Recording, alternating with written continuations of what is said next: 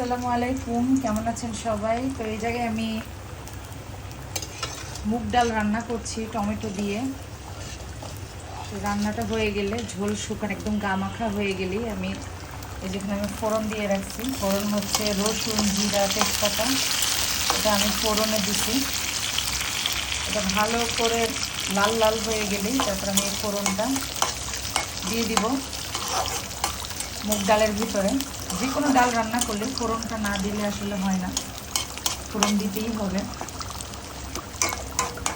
আপনারা কারা কারা এরকম ফোড়ন দিয়ে মুগ ডাল বা যে কোনো ডাল রান্না করেন অবশ্যই কমেন্ট করে জানাবেন। মানে ভুনা বা মাখা ডাল যেটা বা ডাল চচ্চড়ি যেটা, সেটাতে এরকম ফোড়ন দিতেই হবে। নর্মাল মসুর ডালে ওটা না দিলেও চলে। তো এই যে দেখেন ফুটে গেছে একদম ভালো মতো।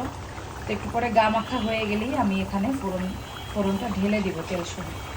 তো যাই হোক, আল্লাহ হাফেজ, আসসালামু আলাইকুম রহমতুল্লাহি ওয়া বারাকাতুহু। সবাই ভালো থাকবেন আর সবাই কমেন্ট করে জানাবেন যে আমার রান্নাটা আপনাদের কেমন লাগলো। আল্লাহ হাফেজ।